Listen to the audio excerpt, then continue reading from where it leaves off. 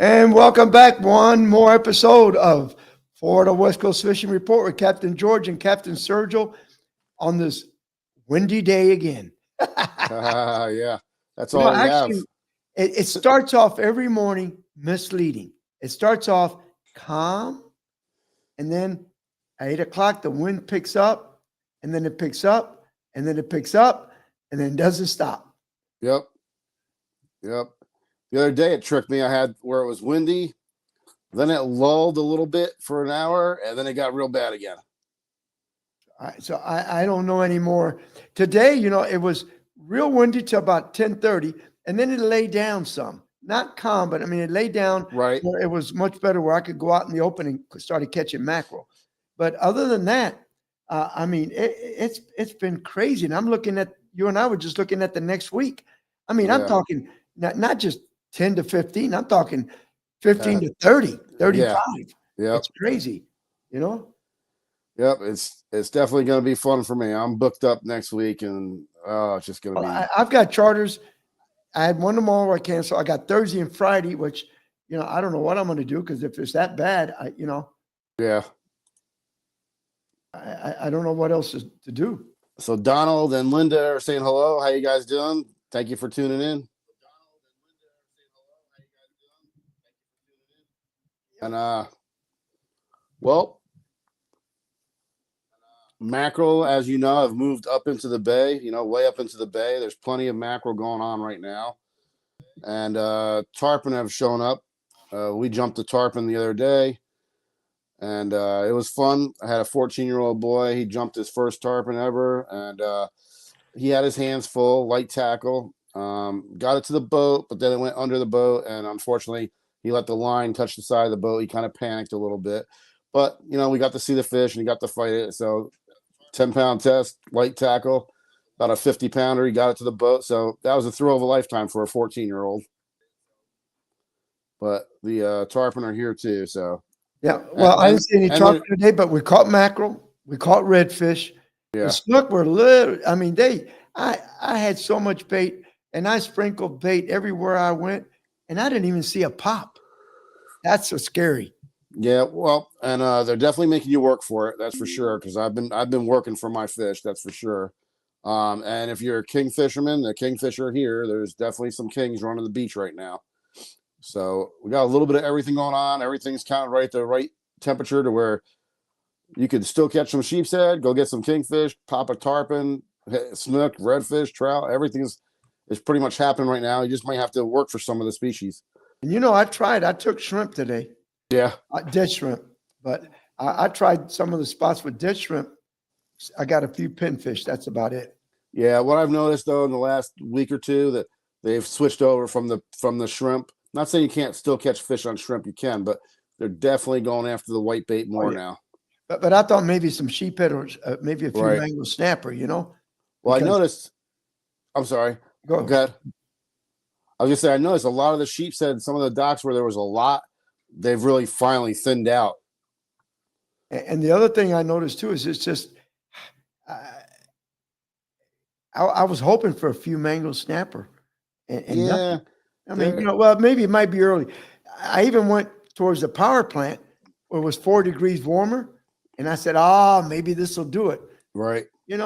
I bet you I sprayed 50 baits in about an hour. I kept throwing 7, 8 baits at a time, popping them out there, and not one snook popped it. Not one. Yeah. I've been getting, like, a lot of times I'm catching snook, and sometimes they're popping my freebies that I'm throwing out, and sometimes they're not. So I don't know if they're just hitting them down low or what, but they're not. Sometimes they will pop, and it gets you all excited because you're like, oh, good, they're feeding. On the mangrove snapper right now, if you want to target, let's say, more consistent mangrove snapper and decent sized ones, it's the deep water around the shipping channel, around the Skyway Bridge. But like a lot of the docks that I usually catch them at, they just haven't moved in yet. I'm getting a few here and there, but not, nothing consistent. So, and again, I don't know what's going on with this weather. They said we're going to get rid of this El Nino, get El Nino. I don't know what's going on. I mean, I haven't seen it this bad, George. I mean, I've seen windy weather. Right. I mean, I'm talking about high winds, not just windy. I mean, I'm looking at this forecast. You're talking 15 to 20 to 30 mile an hour winds. Well, that makes it tough to fish in. Yeah. And the last time, I mean, this brings me all the way back to like 2004, where we had conditions like this, because that's when I bought one of my Sea Pro boats back then was 2004. And the reason why I got such a good deal on it was because it was so windy that year. The guy thought he could take that bay boat and do everything with it. And he learned real quick that when it's windy out, you can't do everything in a smaller bay boat. It's only a 21.5-foot boat.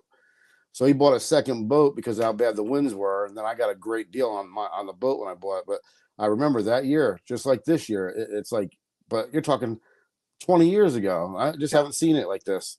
Yeah, so I don't know what's causing it, but it's not normal. And a lot of the guys like Mike Haynes, I mean, he had to cancel every day last week.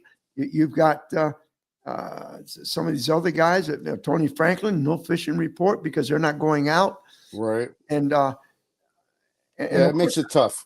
Yeah, and I think some of the people too, they can look at the weather, and unless you're a tourist and you're down here, I think the locals going to know what's going on. And why go out in this kind of weather? Let's wait till it settles down. And it's got to sooner or later. I mean, they can't keep going like this. It's been too many months. And then we're going to get another little cold snap for 2 days in the morning. We got another cold snap in the 50s for 2 days. When's this? In the morning. It might be Wednesday and Thursday. So Wednesday we had to cancel the filming because of the weather. Oh yeah. And so that day we have off, but Thursday I have a double trip on Thursday. So we'll see what that weather does to me. I got Thursday and Friday and they're regular. So I'm going to see, but some of them that my regulars, they'll say, nah, let's pick another day. Yeah. Yeah. Well, like tomorrow's trip, I moved them from last week's bad weather to this Tuesday. And then here we are with the wind again. Well, the couple that I had today, I moved them twice already because of weather. Thank God that today, I mean, we were okay. We were ready to go fish and catch some fish. But I mean, I've canceled with them twice, had to keep moving them because of the weather. It's been so bad. And of course, that hurts because when you start moving people, then you're taking days that you could have had other charters. Without a doubt. Yeah. So just to run down the list, we got Alejandro watching, Rolando, Ken Burke, Roger Bird, Donald Clemens.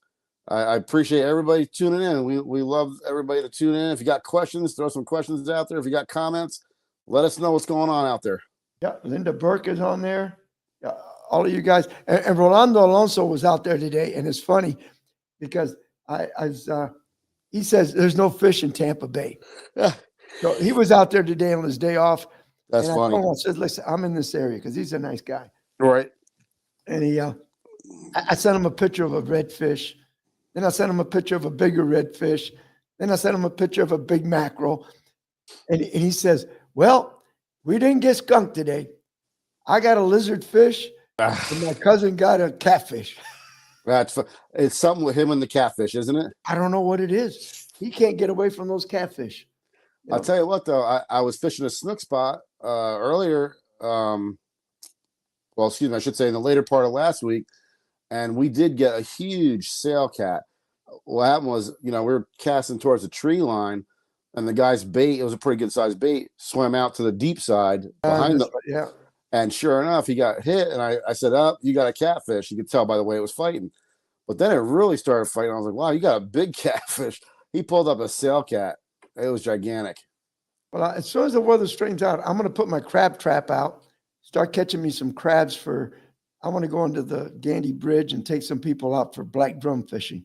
Yeah. Just to be different, Yeah. Barbara says she's here. Hey, Barbara. I hope she's feeling better too. Yeah, a little bit. But yeah, people, the locals, a lot of times they make fun of the black drum. You get people that come down from up north and they're catching 30, 40-pound fish within 10 minutes of leaving the dock. They love it. Let me tell you. When we go to Chesapeake and we go to Louisiana, we catch puppy drum and with the sheephead, with the fish and everything else. They cook it all together and put it on a big platter. All right. And when people eat it, 99% of the people don't know which is redfish, which one is Right. black drum, and all that. So If you get a black drum that's 5 pounds, let's say, it's still good. It's not old and big and laying on the bottom. A 5 pound, 6 pound drum. it's like a hefty sheephead. Yeah, it's been a long time since I ate one, but I mean, years ago, we caught me. I actually took Barbara out, and we actually got into some puppy drum, and we took them home, filleted them out. The meat was perfect, white, clean. It was good eating.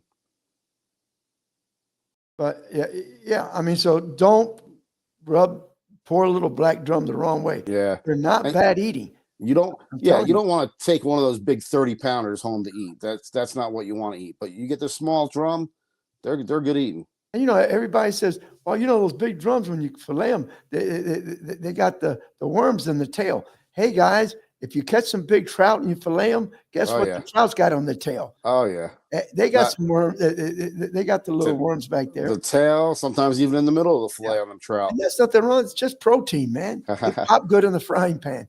I mean, when I flay them out for my clients, I try to if they're on top, I try to just pick them out real quick. But you'd be surprised how many fish you've eaten that have had cooked worms in them.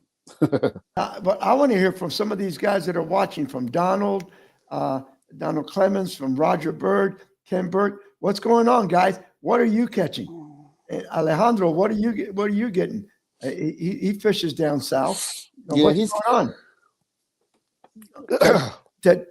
Tell us that you're doing pretty good. Make us feel good. Well, I seen some posts by Alejandro. He's been getting into some fish, some snook and reds mixed in,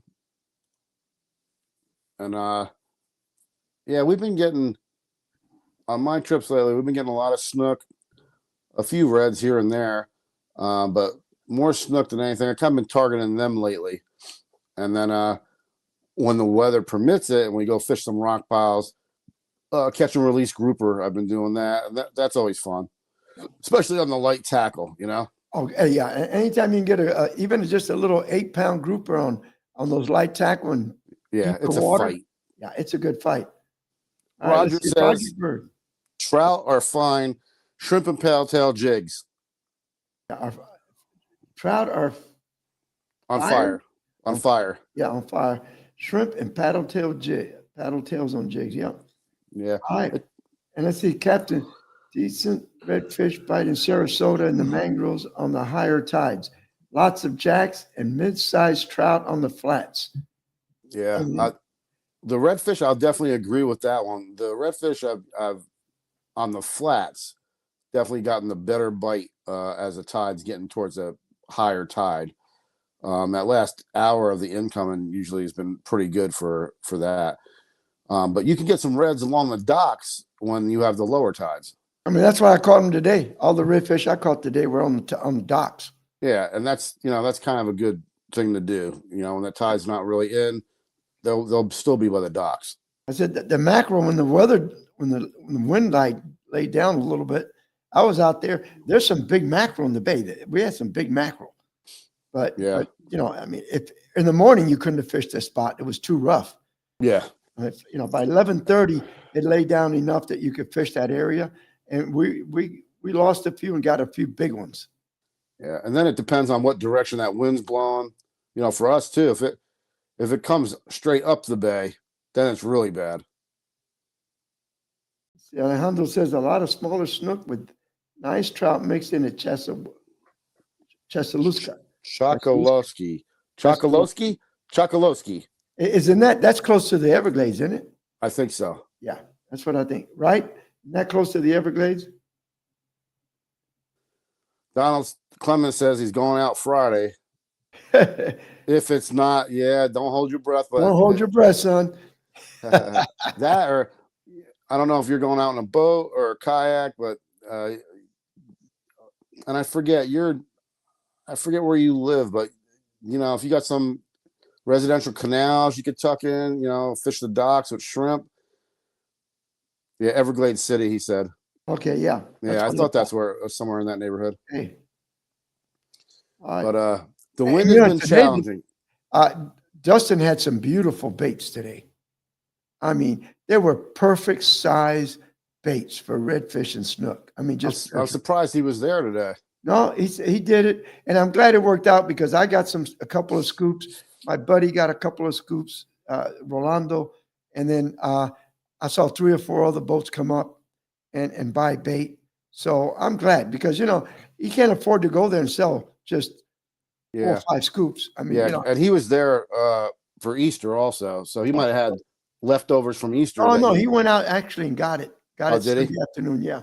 So I try to support those guys as much as I can because if you don't, then they're not going to do it. And if they don't do it, then a lot of good people that don't know how to catch bait or don't want to catch bait, they're going to get forced into doing it. Yeah, I've And been, Luke is on catching there my. again, Hey, Luke, that's our wide tangle sponsor. Look, right there, perfect behind us. right there. Uh, Oh, just you missed, missed just it. missed it, just That's missed it. missed it, man. But he's the Hook Tunnel by Wide Tangle.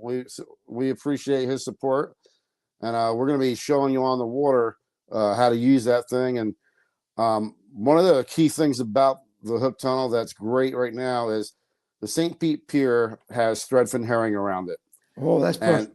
and they've put signs up that you're no longer allowed to cast net off the pier because people were leaving messes, so they wrecked it.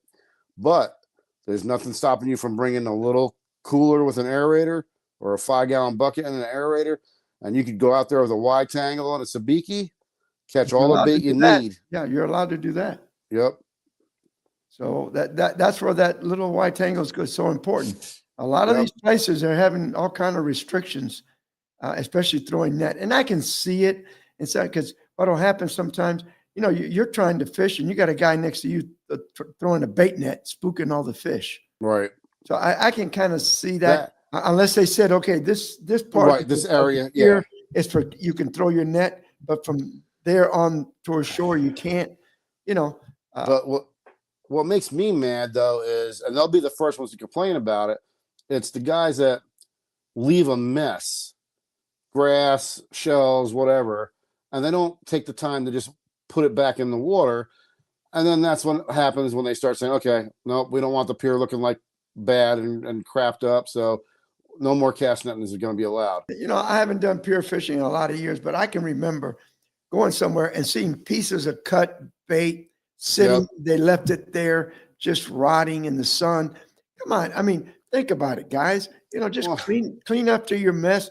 Any bait you got left over, throw it in the water, feed it to the fish.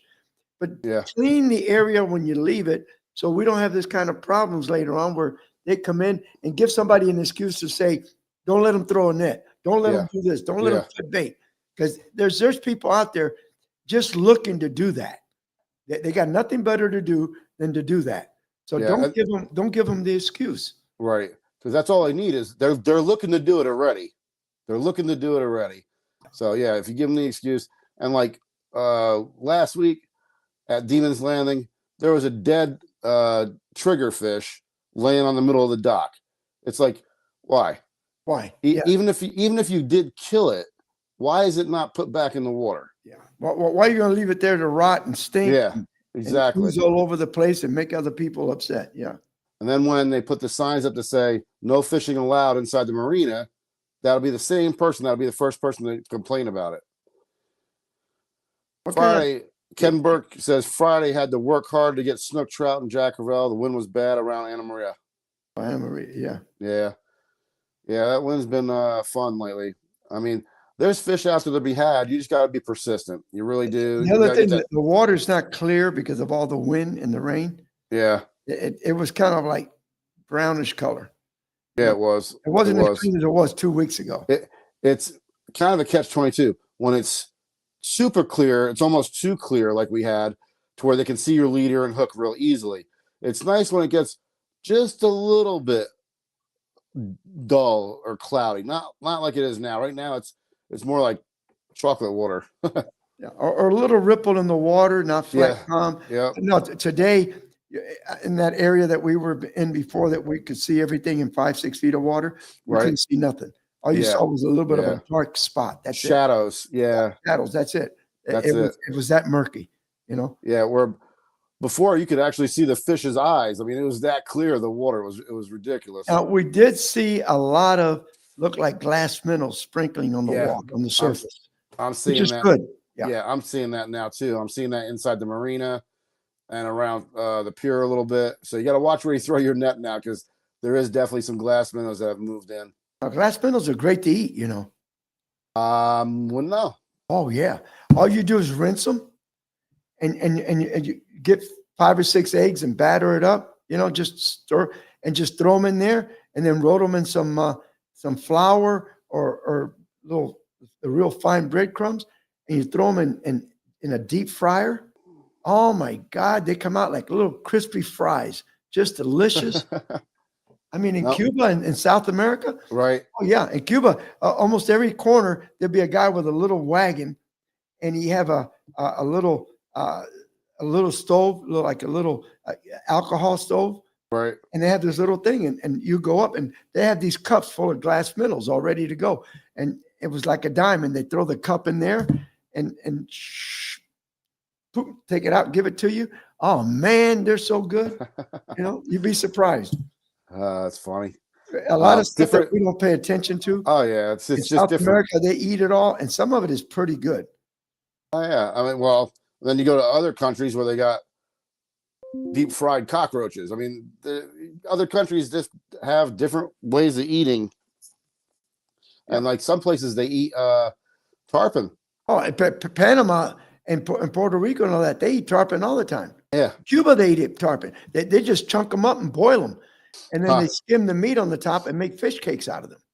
Now, my father-in-law's neighbor was from Dominican Republic, and he would go to Gandhi when Gandhi was open, when you still had the where you could fish off the fishing pier, off the closed side of the bridge. He would go there. He would catch a bunch of threadfin, and sometimes he'd get a cobia or something else. But if he didn't catch anything, he made threadfin soup. And I'm gonna tell you what, the one day I pulled up, he had it boiling outside. Oh, It was so bad smelling. I was like, oh my God, you're gonna eat that? But that's just it's different a lot of- country. Yeah, a lot of Spanish people like fish head soup. Yeah, There's a lot and of Asian Spanish people. say, no. I want the Yeah. head. I want the head to take home. Yeah, yep. And it smells. I was at somebody's house one time. You could smell it down the block, man. I Right. wouldn't eat that for anything. And I'm Spanish, but not for me, brother. Yeah. Ah. I gotta tell you a funny story. Asian people also like the fish head soup, and I had years ago I had never heard of it. Okay, so I didn't know. Now we went out. We did really well. We caught nice redfish and trout that day. So I filleted a trout, or excuse me, I was filleting a redfish, and when I got done filleting it, I took the carcass and I threw it over the side of the boat. Oh, he lost his mind. He started yelling. I'm like, what? He goes, fish head soup, fish head soup. I said, well, I can scoop it right back up. It's right there. No good now. I'm like, it was no good before, but okay. So Hey, the rest of the fish I filleted, he kept all the carcasses and heads to make fish head soup. that's crazy. All right, let's see. I did pull a couple of things up just for the fun of it because I knew things were not the best. And I pulled this up. It says 5 boating items that should be maintained regularly. Okay. And it kind of makes sense. One of them is your trailer drawbar where you have the ball, Right. And, I wash mine all the time and I maintain it and all that. But some people, it's true, it gets corroded in there. Oh yeah. And the day you go to change it, you don't change it. And they talked about, once a trailer ball becomes corroded in place inside the tow vehicle's hitch receiver, they're mated for life. So prevention means removing the drawbar once in a while, cleaning it. What I do to mine is I take it out every so often. I clean it really good, and I spray paint it in black again. Right. And I put a little bit of Cleansol on it and Right. slide it back in there, and that's to fix it. Years ago, I traded a truck in, and this is like 25 years ago, I could not get that out to save my life. The other one is, and this is a good one, Seacock levers, which is true. In your bilge area around your bait well pumps and Yeah. all that, Yeah, you got to move them. you got to move them. Because now some in my boats up to now, I think they're made of stainless steel or something. Yeah. But I've seen some on these other boats that you go to grab them and they just bend. They're rusted out. Right. And if you don't do something, and if you see that, you need to take that screw out. That's why, and put a different lever or something, because the day that you need it, Yeah. if you don't have it, you know. And on top of that, what I bought was actually Barb bought it for me. I've got a nice toolkit that's all stainless steel toolkit with everything in it you could possibly need. And like if that handle was to break off on you, I've got an adjustable wrench that I can actually put on that nut and close it if the handle was to break off. That's what you need. Now, the third one is the trailer wheel lug nuts. And it's true. He says, burnt wheel bearings is probably tops the list of causes for Right. broken down trailers. Inability to remove a wheel to change a flat probably ranks second or third, whether due to saltwater immersions, salt-laden roads, or whatever. All right. And it's true. In fact, on mine, I carry 2 extra lug nuts just to be on the safe side. And you should. You should check those things every so often. Right. And what I do is something that Loadmaster Trailer Aaron taught me is I got a little 1 gallon, it's not a half gallon maybe, a half gallon spray bottle from Home Depot, and I bought gallon of WD-40 and I pressurized it in there. When I got home today, I washed all the wheels, all the brakes, everything really good, and then tomorrow I'll go out there and spray it all with WD-40 and let it sit to protect it. Yep. And you do the same thing around the lug nuts. And every so often you should go out there and check them, make sure they're not loose. Because if they get loose, they can break the threads, the bolt itself. So that's something that, you should check it all the time. Right. So like yesterday was Easter, so I didn't have a trip yesterday. And I didn't have a trip today. I got one tomorrow. So today, just like you're saying, I went out there with the WD-40 spray and I got like a 1 gallon pump sprayer and I sprayed mine so that way it gets the water out of it. But tomorrow when I go to launch, at least I got WD-40 on it already. Right. And that's the whole secret. Once you wash it good, let it dry, and then you put the WD-40. Right. Now, if you guys because before I went with the Loadmaster and they've got the really good bearings on there and the hubs. But before I had that on my old trailer, like if I put new tires on there or was changing a tire, one good thing to do is on the threads, put a little bit of grease on those threads before you put the lug on there. It'll help not let it corrode together to where they get too stuck on there to where you can't get them off. So you see, that's it. All right. Now, was that number 4? And all this makes sense. It intrigued me. Canvas snaps. All the snaps around, even on your jackets. It's fun. You don't go see it. I went to get one of my Columbia jackets not too long ago. I had 2 snaps. I couldn't pop them open. I mean, they were kind of I finally got them open, but you should every so often clean them out and put some, Vaseline. Vaseline works terrific. Yep. In fact, some of the technicians that I've known over the years said one of the best products to protect anytime you put wiring into a little load box or whatever, is put Vaseline on top of it. Yeah, Vaseline's good all the way around. But they tell you to pull those snaps apart, clean them, wash them, and then put some kind of lubricant protective on it. So when you do need to unsnap them or snap them, they're going to work. Yeah. Bucky says carry a rubber mallet. Well, if you need a rubber mallet, you're a little beyond the but I agree. And the last one, which goes right in tune with this, everybody, think about it, is zippers. Oh, yeah. Now, here's the only thing I don't understand. They finally got smart years ago, and they made zippers out of plastic. No problem. But what's the little bracket on the little zipper part that zips it up? They still make them out of pop metal. And if you don't wash that sucker and put some kind of oil on them, Believe Yep. me, if you're around salt water and it sits for a couple of months, you go to use it, that sucker don't work. I mean, Yeah. I had one jacket that I loved. I actually took it into when Pete Palermo had his shop, and he had to put a whole new zipper and everything because I really wanted that jacket.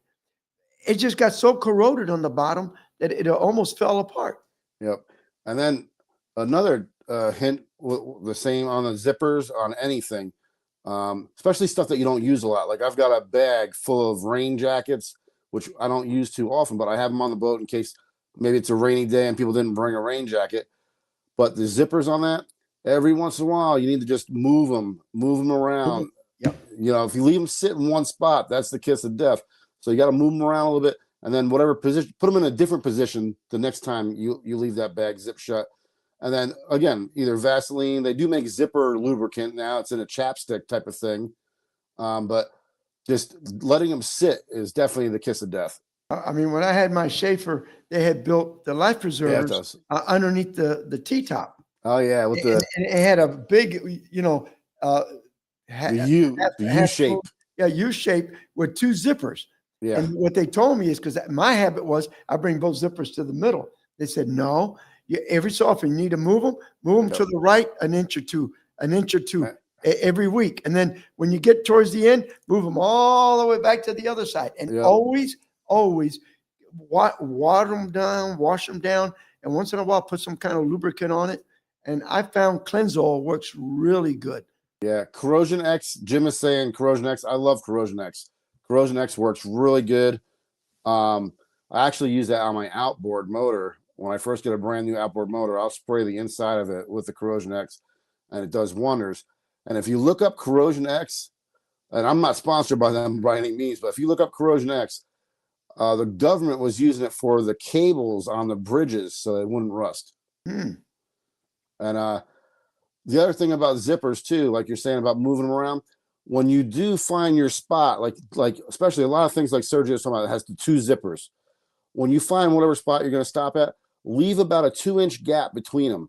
It'll still keep everything in place where it needs to be, but that way, when you need to break it free, if it is stuck a little bit, you've got that gap that it's easier to pull them forward than to make them go backwards. There you go.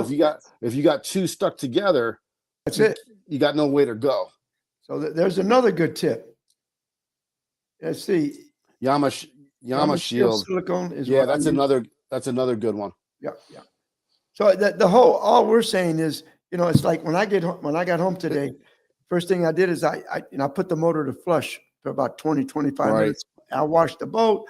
I want that motor to flush really good.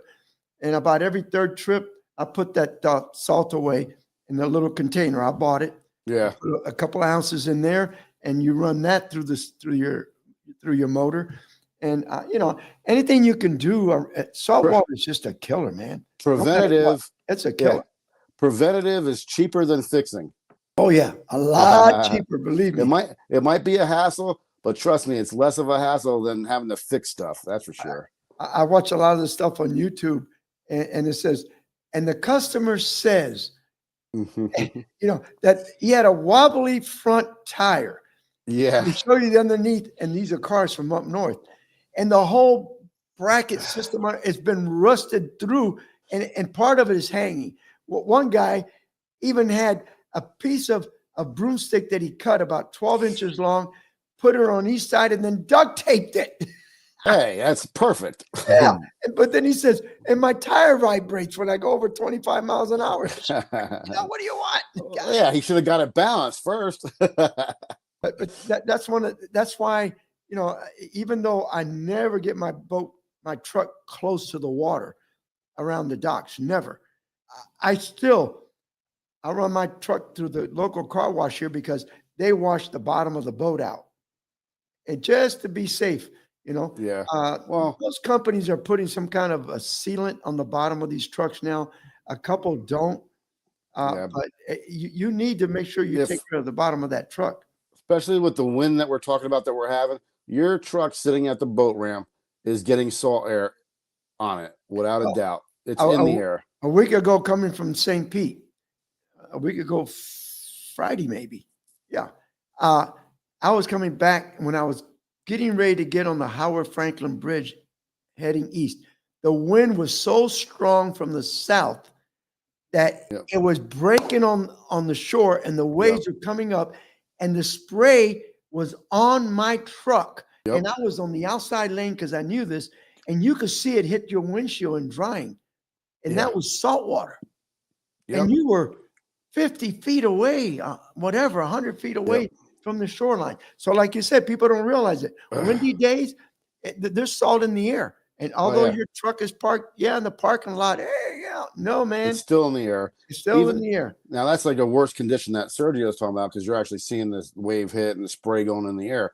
But even when you don't have that, if you got a windy day, there is salt and more salt in the air than normal. And like Demon's Landing, you look at that opening is coming right towards the rock piles, and when it hits right there, that spray is going in the parking lot. We got Luke said when we were talking about different kind of fish in different countries. Luke said, I had this poisonous fish once in China. I'm still alive. Luke, here's the way I look at that, because there is quite a few poisonous fish that people eat, and the fish has to be cleaned correctly, not to be dangerous to the person. And the way I look at it is, I don't need to eat that fish. There's plenty of other fish that are safe. Right. And here's how I look at it. Everybody has a bad day.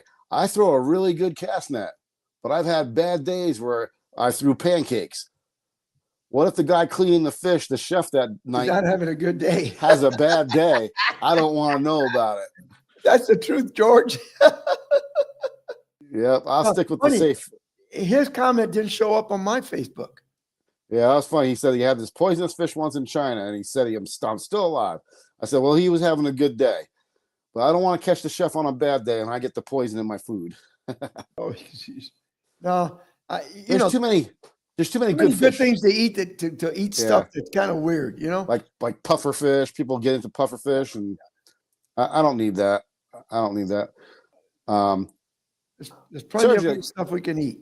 You want to throw up those redfish pictures you got? Yeah. Put some of my picture of the mackerel and the redfish that Mike and Linda. That was today, right? Yeah, that was today. Yeah. Yeah, today. See if he gets it up there. Toodaloo. I'll just got to find the pictures. We can still talk. Yeah, no problem. Yeah, But, I wouldn't have caught the mackerel if it wasn't that the wind laid down, because in Right. the morning. Yeah, it was honking. rough. Oh, there you go. Rough. There we go. Here it All right. comes. Now that's her small redfish, and then she lost a real big one, and then she caught the next one. See if he puts the next picture up. Even those are fun right there, though. All right, Those yeah, are fun. See that was a nice redfish. Light tackle, you Yeah. know? And I weighed them with my Eagle weigher, Yeah. a digital scale, 4.4 pounds. Yep. So it was a heavy fish. It was a nice fish. And then you see the mackerel, they were a nice sized mackerel, but there weren't a lot of them. It was like every once in a while, boom, you get that hard hit, you get cut off or something. Right. But there was some nice. She lost a real big one next to the boat, and I'm getting ready to land it. She made that one mistake, which is normal, is when that fish got close to the boat, she aimed the rod right at the fish. Yeah. And of course, all the pressure was on the hook. Right. There was no rod. No to bend, cushion. No cushion. And right next to the boat, man, that Yeah. trout, that big mackerel came and it finally cut her off. And of course, we weren't fishing for mackerel. We were trying to catch some trout there, and we were using, 1-aught and circle hooks. Right. So we got lucky that we landed a few, Yeah. I'll tell you, though, with the circle hooks, a lot of times I will mackerel fish with them because it does. A lot of times it'll slide and catch in the corner, and then they're just biting on the metal. But once you get bit off enough, I switch to, like you also, the triple long shank hooks. Triple X, number 1 or number 1-aught. Right. If they're small mackerel or you got small baits, Yeah. if you got bigger mackerels, I go to the 1-aught. Right. And you like offset or straight? I've been doing the offset on them, actually, and it's been I working can go pretty either good. way. When I go, it's whatever they got. Right. When it comes to 1-aught hooks like that, I lose so many in the summer that I want the cheapest one I can get. Yeah, those you can get in such bulk, and they're not an expensive hook, so you go through them. But I'd rather lose a bunch of them, but if you run a fluorocarbon leader, you could do a mono leader on those guys too. But either way, if you run a fluorocarbon leader, you're going to get so many more hits than if you're using light wire. I tell you, for mackerel, just buy you a 1/4 pound spool of high grade clear mono, a good Yeah. grade of mono, Yeah. not cheap, a real good grade, about And 40 pounds. And I tell you, when you get into those big mackerel and you right. just make a long leader, yeah, it works really good. Yeah. The fluorocarbon is, to me, think about it. Before fluorocarbon came around, nobody even used leaders, or they were using wire. So Oh, they had mono. I mean, they were using a lot of mono. leader. mono, and they were tying it right to the hook. So I think, to me, fluorocarbon in the 20 and 25 and 30, I think it's really good for the snook or the redfish and Yeah, the trout. definitely. But I think when you start going from mackerel, you start going, a mango snapper, you want the light, good fluorocarbon. But when you Right. start going for grouper, cobia, tarpon, and all of that, I tell you, a good grade of 60-pound mono will make as good a leader as anything else for tarpon to catch these tarpon that we catch in the bay. Well, I definitely did switch over to fluorocarbon for my tarpon fishing, but it depends on what kind I'm doing. If I'm live baiting and it's gonna be swimming up in the water, I'm using fluorocarbon. But if I'm throwing chunks on the bottom, I can go up to a higher mono leader. Like I'll run 100, sometimes 125-pound mono leader. If I'm using big chunks of shad on the bottom, because that leader's laying down on the bottom, it's not up in the water column. They're not seeing it. I've never had a problem with just using mono. See, Jim Pay said, did you ever debarb and run triple hooks for max? No, mackerel, I When tell you, there's they're jumping so much and they're so that I don't want a lot of hooks. I don't want one single hook. It's all I want. well, and when the mackerel, I mean, when you get into a good school of mackerel, that's all you need is one hook because you're every cast you're hit. That's right. In fact, that couple of years ago, there was so many mackerel in that one spot that I told my people, don't even worry about putting a bait on. We had so many. I had a picture right around the boat that just throwing the hook and jerking Yep. the hook and they were hitting the hooks and Yeah. hooking themselves with no Yeah. bait. That lasted for about 10, 15 minutes doing that. Yep. Yeah. Well, I listen, and when I was younger, up in New Jersey with my uncle, because he used to take me fishing up there, and we used to do the bluefish thing, and you had the like 5 or 6 different colored tubes with the hook coming out of the tube, little short piece, maybe about 3-inch long tube, and sometimes you would hook 3 or 4 bluefish at the same time, and they're going all different directions. It was the hardest fight you could imagine, especially for a kid. well, one of the things he was talking about treble hooks, man, with mackerel, they're pretty strong. Like some of these are 24, 26, 28 inch. You got a treble hook on there and you're trying to take that Well, sucker off. All you using- need is for that thing to, his head to move and catch you. Right. And when he moves back the other way, he just ripped you a hole Right. in your hand. Well, he's saying not treble hooks. He's going with triple hooks. He's doing triple hooks on the line. And like I said, when the bite is good, when mackerel come in good and the bite is good, I don't want 3 hooks catching No. 3 mackerel Hey, at a time. one's enough. I got enough. Yeah. Captain Captain Anthony's Anthony, how on you there. doing, buddy? Appreciate you tuning in. What area does Anthony fish? St. You know? Pete. St. Pete? Yeah. Yeah. We crossed paths quite a bit. Anthony, give me a call. I need another captain for April 12th. They just called me for another captain. I need another captain if you're open April 12th to fish out of Tampa. Yeah. But Jim says he was referring to running hooks through the other hook's eyes. Oh, okay. Oh, yeah. But still, He's I still don't want dealing a with bunch it. of hooks. One Yeah. hook is all I want with a man, those mackerel jumping all over the place. And I tell you, they'll go like this. I mean, almost make a U. And you got a couple of hooks. And one of those times he makes a U, he sticks one hook in, then he goes back the other way. Whoa. Yeah. And then what happens? He's jumping and your hook is hanging on your hand. Yeah. No. And then you got clients too, and you got to watch out with the clients. That's the main thing. I had a lady about 3 weeks ago. I couldn't believe I tried to stop her, but I had a sheep's head, and she went to grab the top of the sheep's head. And I was like, no. And she just barely touched it because I lowered the fish down, but she just barely touched the top of the sheep's head. She's like, oh. And I'm thinking, how could you not see the points on a sheep's head and think that could hurt? Yeah. She was going to grab it. Donald says, I use a double hook on the party boats for kings using a whole sardine. Well, that's a different story because you're trying not to get cut off. You know, the mackerel, usually they'll take your bait, you know, and a lot of times if there's short striking, you can put the hook in the middle of the bait. Yeah, there you go. And kingfish always use a stinger hook anyway. Yeah, because yeah. you're using a bigger bait, and they like to cut you. They bite the tail off, and that's different.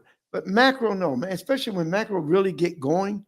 Yeah, it's crazy. Yeah, one hook is all you want. It's bad enough. I don't want to take a chance. George, let's run yours. Let's run your. You want to run yours or Bucky? Go ahead and run Bucky's. Okay, let's run Bucky's. Good afternoon, Captain Bucky Goldman, Baggin' Fishing Charters, 407-977-7650. So, fishing was very interesting this week. Getting bait was the biggest struggle. It was super, super windy. We had 2-foot waves up by the Courtney Campbell Causeway and the Franklin, and it's pretty treacherous trying to get bait. And it was the current's going one way, the wind's going the other, the bait's stacking up in weird places. You're not really marking big giant schools on the bottom, so it was just like you're guessing. Try this piling throw, pull it up, nice. One time I had 3 cow nose rays and a slew of bait, but had to pretty much lose all the bait just to get the rays out of the net. So it's been a struggle. Fishing's been, it's been okay. The prior week it was really good. This week it was a struggle, and we did get a bunch of fish. Got a 31.5-inch snook one day, a bunch of little snook, some little reds, and then my last trip we ended up getting one spot and probably catching over 15 redfish, anywhere from about 18 to up to 24, 25 inches. So it's been some good trips up there. There's still fish are in some creeks. There's some jacks running around, ladyfish, tons of ladyfish, tons of kitties. It just, I haven't been able to run and fish any high water against the mangroves because it's just been too low. I'm ready for some high water. I'm ready for some easy bait. So, but I had to throw that net a bunch of times. Now my shoulder's kind of sore, so I'm going to probably be calling around to see if I can buy bait the next time I go out. But I'll still bring my net and try to take a peek, see if it's there. But if I'm struggling after about 10 throws, I'm out of there. It's not worth it. So, but yeah, I'm looking forward to it. It's changing a lot out there, so you have to adapt. And the fish, they have tails, so they're moving around a bunch. One day they're in a spot, next day you go back with mimic the conditions, or a couple days later and they're not there.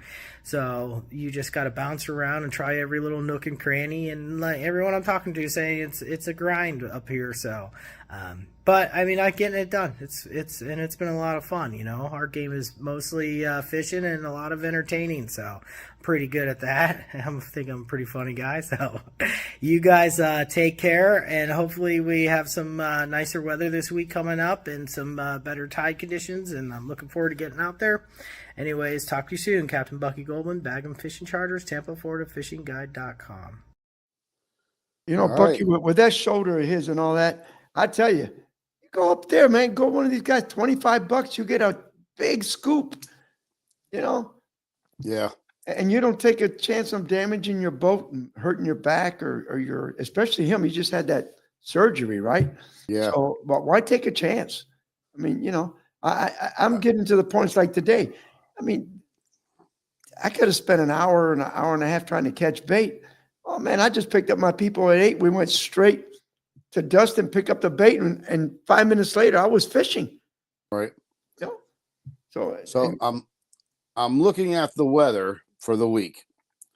Tomorrow breezy, Wednesday 70% chance of rain and windy, Thursday breezy, Friday, Saturday, Sunday. Breezy? What is yours say? No. That what's funny is that's the news people. When they say breezy, I want to take them out in my boat sometime because they're breezy. Their breezy is like 15 miles an hour, gusting to 20.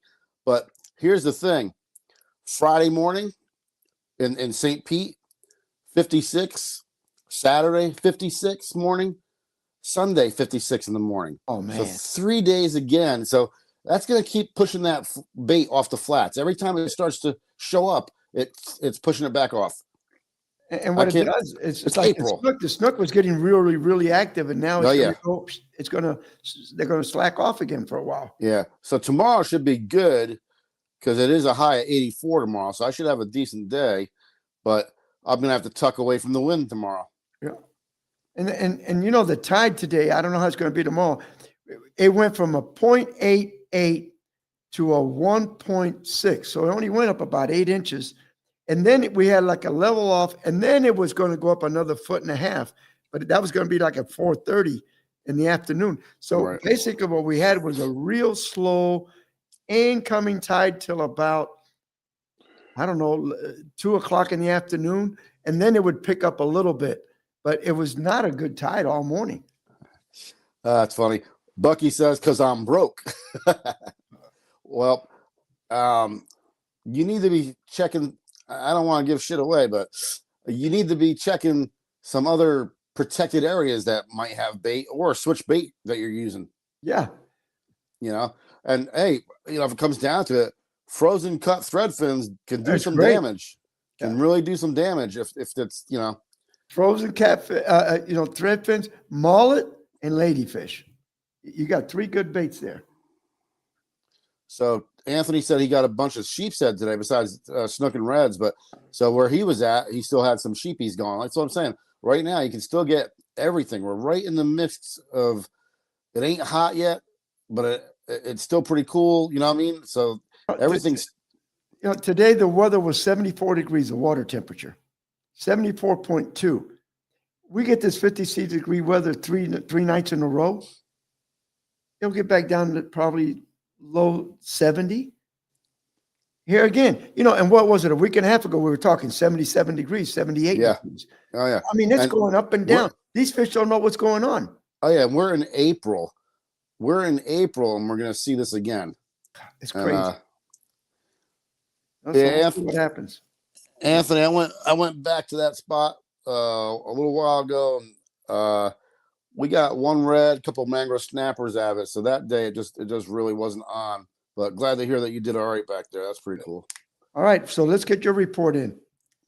All right. George. Hey guys, this is Captain George Hastic of Fish Hunter Fishing Charters coming to you from St. Petersburg, Florida. Well, it was a long day today, a couple doubles in a row, but now Easter's tomorrow, so I'll be able to relax and have a good couple of days off. But the bite right now, you got to work for it, at least in the areas I'm fishing. But there's plenty of snook to be had. Moving water still the key. Get your casts pretty much either right at the tree line, or if you're good enough, get it under the trees. And the mangroves are they're holding, that's where the snook are holding at right now. The redfish right now have definitely moved over onto the whitebait. I'm definitely catching more reds on whitebait than we're getting on the shrimp anymore. Shrimp will still work for a lot of things, but I'm just saying right now, the redfish definitely have said, hey, we like the whitebait right now. Your whitebait, look for them in deeper water, 8 to 15 feet of water. There's some trickling on the flats, but we keep having these little cold mornings, but there is some on the flats right now. Trout are still in that same type of depth in that 5 to 7 feet of water. You know, if you don't want to catch bait or buy bait, you can definitely get some shrimp, free line some shrimp over that grass flat. If you're in like 4 or 5 feet of water and then over a grass flat with a lot of sand holes, you can use a popping cork, 4 horsemen or something of that nature. And you want to like make your long casts and fan cast the area till you find where the trout are hanging out at. And, you know, just pop that cork, you know, 1 or 2 times. I usually do 2 pops, let it sit, reel a little bit, 2 pops until you find where those trout are hanging out at. But that'll call them pretty good. If you're into soft plastics, sorry about that. If you're into soft plastics, you can throw your brown or green glass minnow or electric chicken, little P&V by Saltwater Assassin, works great. Any of the Miradines right now, the ones that imitate pinfish or scaled sardines, those are working too. So you can mix it up between the two and, see what works best for you. Make sure you switch up your presentation. What I mean by that is your speed and what depth you let those lures sink to. The little PMVs on a 1/4 ounce jig head, I'm getting all the way down to the bottom. But your Miradines, it just depends on what speed you're working that at and how long you let it sink. You can do a countdown and, if you're not getting hits, count down another 1 or 2 seconds, let it go a little further down, vary your speed until you find what speed is actually getting that hit, and that'll work. A lot of times, 2 or 3 twitch, let it sink for a second, reel, 2 or 3 twitch, that works for me. All right, this has been Captain George Hastic. Have a good day. And thank you, George. Thank you. And by the way, I found out today, finally, I got a new truck, everybody. I got a new Dodge Ram Limited with the Hemi E and all that. So I was wondering how bad the gas was going to be towing. But actually, this morning on the way to Gandy, 36-mile trip, I got 10.5. And on the way home, I got 10.8. Nice. So that ain't bad. I think once I break it in, if I can get 11 miles to the gallon, my Toyota with the V6 twin turbo, I was getting about 10.5 to 10.8. So this big V8 is going to give me about the same gas mileage, Yeah. And that's about what I'm getting to. I'm in that same neighborhood, 10.2, 10.7, somewhere around there. What I can tell, it's got the electric motor. So when you start up, the electric motor kind of gets you going. Right. So your RPMs don't jump as much. And they call it a mild hybrid.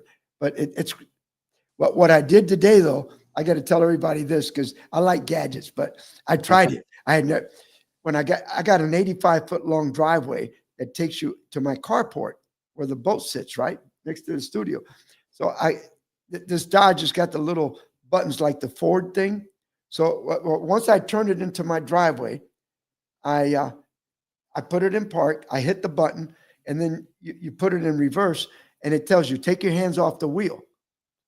And all the cameras with the computer looks all the way around you and starts backing you up straight, exactly the way you have it pointed. Now, if you want to move the trailer a little more to your right, because it's a knob, you just turn the knob a little bit to your right, and the whole thing, you see the wheel turn by itself, gets you straight again, and you let go of the knob, and wherever you let go, that's straight. It backed me up 85 feet straight right under the carport. Never touched the wheel. All you do is give it a little bit of gas and the brake, and that's it. Isn't that something? Oh my, I have to see that. That's pretty neat. It was pretty neat. That's cheating. That's I cheating. know it's cheating, but hey, it's okay. It's a good way to cheat. Yeah, that's cool. We do want to thank everybody every week for watching the show and telling everybody. Definitely. And by the way, George and I always say George because we're a good team together. We want to thank you from the bottom of our heart. We're at 15,700 and something subscribers, guys. We're going to break 16,000 this month. Yep. With everybody's support and the way the show is growing, we really want to thank everybody for the kind of growth that we're getting out of our YouTube channel. And then Holta, our producer that does all the shows for us, he was telling us that on Carbon TV, the highest rating you can have is a 10. And the last 4 or 5 months, I guess, we've been averaging a 9.0. So that's pretty good because there's a lot of shows on there that I watched that are 5.6, 6, 6.7, 7. So we're steady action at 9 out of 10. So it's all thanks to our viewers, Yeah, and we do appreciate you. Really, we couldn't do it without viewers and just the help. All George and I can do is try to present it on a plate, and then you guys got to eat it and watch it and everything else. And we thank you for that because believe me, George has got his heart in it. I got my heart in it, and Holta puts his heart in it. Oh yeah. So just pass the word about Fishing Adventures Florida and get and you'll be surprised how many people I bump into that don't know about it. And when you tell them, oh, how do I do it? I tell them here, and they right away they go in and subscribe because they haven't heard about it. So, but the more subscribers, and they're telling a lot of their friends. So again, we thank you, the subscribers, the viewers who make the show very possible. Yep. We appreciate you guys. We definitely appreciate you guys. So, Scott Paul just signed on saying hello. So how you doing, Scott? And Donald, thank you so much. We appreciate that right there. and thank you. And guys, we'll see you next week. Same time, same channel. Goodbye. All right. Have a good night.